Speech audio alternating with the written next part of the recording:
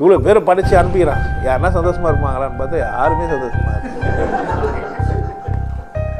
வர கேள்வி வேறு கேட்குறான், சார் ஏன் சார் என்ன படிச்சிங்க? யார் அவரே ஏன் ஆக்சிடென்ட் பண்ணுறீங்க? ஏன் அமேசான் கார்டு கொடுத்துறீங்க? ஏன் அலை அடிக்குது? ஏன் இந்த புயல் வருது? ஏன் இந்த கருமம் நடக்குது? என்னையா என் கூட்டுக்கார சித்திரவதை பண்ணுறாரு?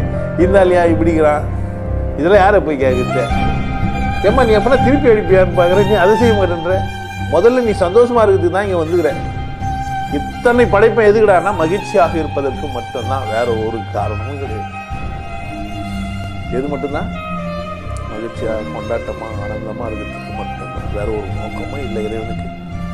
நீங்கள் தான் எங்கே அது இல்லைன்னு சொல்லி வெறுப்பாயிருந்தீங்க, இருக்குதுன்னு சொல்லி வெறுப்பாயிருந்தீங்க. அதுதான் எல்லா வேலையும் பண்ணுன்னு வெறுப்பாயிருந்தீங்க. எப்படின்னா வெறுமை மட்டும் எடுத்து வந்து வச்சுங்க. ஆமாம், கொஞ்சம் கூட சிரிக்கக்கூடாது, கண்ணை திருப்பி காட்டக்கூடாது. என்ன சொல்லிட்டு இவங்களாம் சிரிக்கிறாங்க, எல்லாத்தையும் சிரிச்சின்னு இல்லை மென்டலுங்க. ஏன்னா அறிவு இந்த விஷயமா சிரிப்பாங்களா? இல்லை நம்ம எவ்வளோ பெரிய ஜீனியஸு